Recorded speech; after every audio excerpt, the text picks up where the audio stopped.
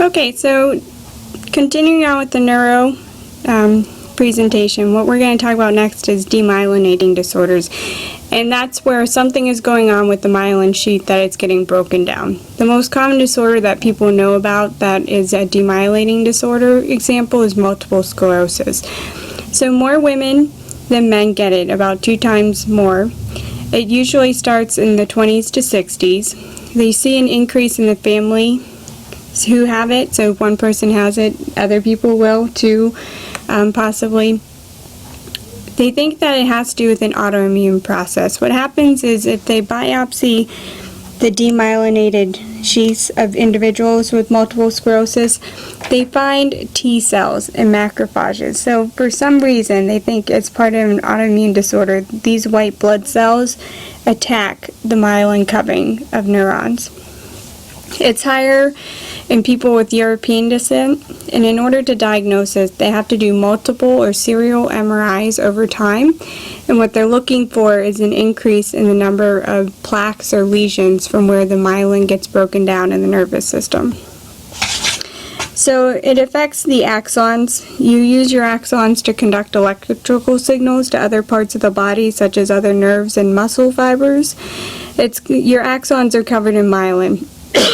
What happens in MS is that from recurrent inflammation and attacking to those axons, the myelin starts to break down, and it's called demyelination whenever that myelin is then eroded away.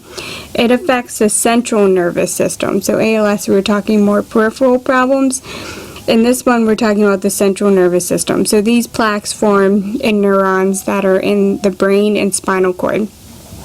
The damage then causes scarring and the plaque formation to continue, and then as the inflammation grows and damages more and more axons, the myelin goes away, and you need that myelin to signal nerve transmission down the length of the nerve. So if it's not there and we're replaced with like scar tissue or a plaque lesion, then the signal just stops in that area instead of continuing on. So this is just an image of somebody's brain scan who has MS, and the little arrows are pointing to these white dots. Those are the plaques, or the areas of scarred myelin tissue. These are common symptoms that people who have MS feel. So the symptoms are on the left, the percent of them who feel them is on the right. For instance, 88% of all people who have MS also experience fatigue and walking problems by 87%. So what happens then is they experience worsening and worsening of these symptoms, and over time it's going to lead to more and more problems that are more serious, like cognitive functions and difficulty with their thinking and memory. There's a couple of different types of MS. The most common one, and the one that you guys can focus on, is relapsing remitting. So this typically happens in younger people. Over time, what happens is that their symptoms flare up, usually over 1 to 2 weeks, and then it may take up to 6 months for those issues to resolve. So for instance, if they have a flare-up where they experience visual changes, the visual changes may last for 1 to 2 weeks, but it could take up to 6 months for everything to completely heal. Whenever the disease first starts, in about half of all people, they have little attacks that they're not even aware of, because there's not a lot of the demyelination yet. So it's just a few nerve signals that aren't reaching their destination and giving them some odd, like little weird symptoms. So maybe they notice for a couple of weeks they're super clumsy, where they're tripping all the time and dropping stuff. But they don't know necessarily that it's due to MS. In this instance, some patients, they can actually go into spontaneous remission, which means their symptoms will subside on their own. They can also require treatment. And usually what happens is as the disease progresses and they see more and more of those plaque formations on the MRI scans, their symptoms are going to not be able to go away on their own, and they're going to require treatment in order for them to heal. There's a link in the regular PowerPoint slides here. You can watch a YouTube video about MS to see how the nerve conduction gets dropped whenever it hits the plaques, to explain it a little better. Next up, we're going to talk about spinal cord injuries. So when we look at spinal cord injuries, About 11,000 Americans each year end up having a spinal cord injury. And it's very extensive in cost for healthcare. And this is because once they have a spinal cord injury, we can't really heal that. We can try and help them maximize the function they have left, but we can't really cure it. The first year somebody is injured with a spinal cord injury, it costs about $572,000. And then after that, for every year they remain alive, it's about $102,000. So you can imagine over the lifetime, like if somebody gets a spinal cord injury when they're 19 and they live till they're 65, what their cost of health care is. We tend to think about spinal cord injuries about their physical loss of mobility and function, which is very important, and that is overall the biggest problem that we see. But there's some other things to consider as well whenever we're talking about spinal cord problems. For instance, spinal cord injuries most frequently happen in younger populations, teenagers, young adults. And what happens is it interrupts their growth and development cycle. They now possibly can't do career plans that they had. They can't carry jobs. They have to be completely cared for in some instances by other people. And it really takes a toll on their emotional and psychological health. It's going to change their family dynamics. These are often healthy, active people, and then they're going to have a sudden change.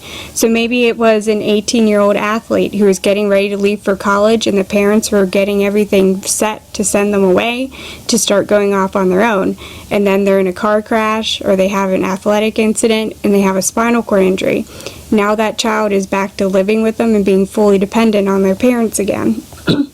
The economic loss can be devastating, especially to families who this happens early on in a lifespan, and they have a whole lifetime to try and navigate how to pay for the medical bills. And the most of the economic loss is due that it's a really high cost to rehabilitate, put these people through extensive physical occupational therapy and teaching and things like that, and also long-term health care that they need. So most injuries happen to young adult men between the ages of 16 and 30. 80% of all spinal cord injuries are males. Most common age is 19. And if we think about just normal growth and development, if we think about this population, so boys over women or girls tend to be higher risk takers, tend to have less time where they're thinking decisions through. The younger people are in their teenage years and preteen years, they tend to be more impulsive. They tend to have that feeling of invisibility. I have the original Superman on there because he had a spinal cord injury that ended his career. So, things that cause spinal cord injuries. Most frequently, it's motor vehicle crashes. Violence is about a quarter of them. That includes things like stabbing, gunshots, attacks, things like that. Falls, sports injuries, and then just general other items. Spinal cord injury can be due to a couple of different things. So it's not always the cord getting sliced apart. It can be just that there's compression on the cord because of bone fragments, and it's pushing the cord out of alignment and pinching on it so nerve signals can't get past. You cannot have enough blood supply to the cord, so the cord dies off. You can have traction where you get pulling on the cord, or penetrating trauma like stabbing that tears it or transects it. There's different stages that individuals with a spinal cord injury go through as part of the patho of the disease process. So first off is the primary injury. This is immediately, it's whatever causes the injury, like a traction or a tear, all right, where the disruption of the axons has happened. All right. The secondary injury is what happens as a result of your primary. So you have your primary insult, whatever causes your injury damages the cord. Secondary injury then occurs as a response to it. So it's the bleeding that happens because of the laceration, or the inflammation because of the injury, the decreased blood supply, ischemia, vasospasm, where the blood vessels spasm and pinch off blood flow. The tissue can infarct and it causes necrosis and edema.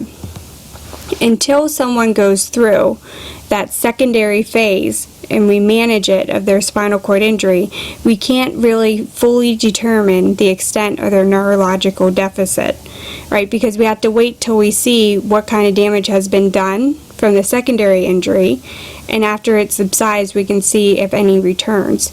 So this is why if somebody has a spinal cord injury, they can't accurately determine what their neurological and motor losses are until about 3 days after the injury.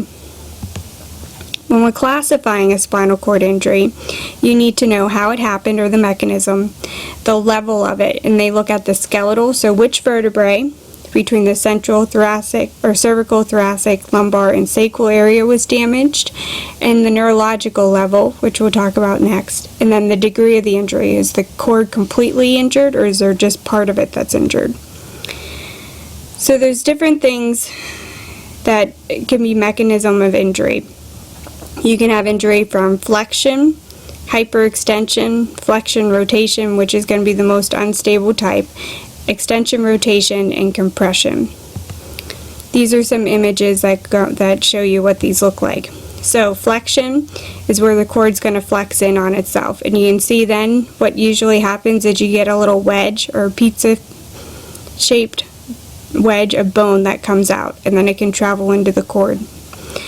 An extension injury is where it's pulling the opposite direction. So then we usually see disruption and tearing of the vertebral disc. So then the vertebrae are free floating and can damage the cord. Flexion rotation, this was the one that's the most unstable. This is where they're flexing and twisting the spinal column, and see how it's not just pretty much one area like in these ones, but it's going down through multiple different vertebrae, disc, and parts of the cord that are going to cause damage. And then what happens in compression is you kind of break apart or pulverize the vertebrae bone into little fragments. When we talk about level of the injury, alright, you can have skeletal, and that's where they're actually looking at which vertebrae are damaged. Alright, so is it C2, like cervical spine 2? Is it lumbar 6? Alright, they're actually looking for which level on the spinal column between the vertebrae and the ligaments are damaged. Neurological is a little different. So it refers to the lowest part of the spinal cord where normal function remains. Alright, where we still have normal sensing and motor function on both sides of the body. So spinal, we're going to look at the level of level of injury, and that's cervical, thoracic, lumbar, and usually the most common ones are cervical and lumbar. Anything above C4, alright, 1 is right at the base of your skull, and these cervical ones are all in your neck. The spinal cord is between C1, 2, and 3. So if we do anything to damage the cord in that area, they end up not having brainstem function. And that's very serious, because that means they have no respiratory effort and their heart rate stops. So that is usually what's considered to be brain dead. This is a normal look at a cervical spine x-ray, which is usually called a C-spine, and it's a lateral view, which means it's taken from the side. So this is a healthy one. Notice that you can clearly see the vertebrae. They all look good, strong, and you see the nice clear line through where the spinal cord rests. This is a normal C-spine anterior posterior, so it's shot from the front to the back, straight on, with somebody's looking in the face, and you can see where the spinal column and cord rest in that column there. This is an example of an x-ray of somebody who has a broken neck at cervical 2 and 3 vertebrae. You can see there's a break, and this is where the cord is disrupted. Alright, the spinal column is no longer that nice clear pathway. This is an image of a burst fracture, which is also called a compression fracture. So you can see these bones look nice and white, solid. Here, there's darkened areas, and the bone is pulverized, and it's actually pushing in on the spinal cord and pinching it. Alright, next we're going to pick up with cord lesions, or the degree of injury.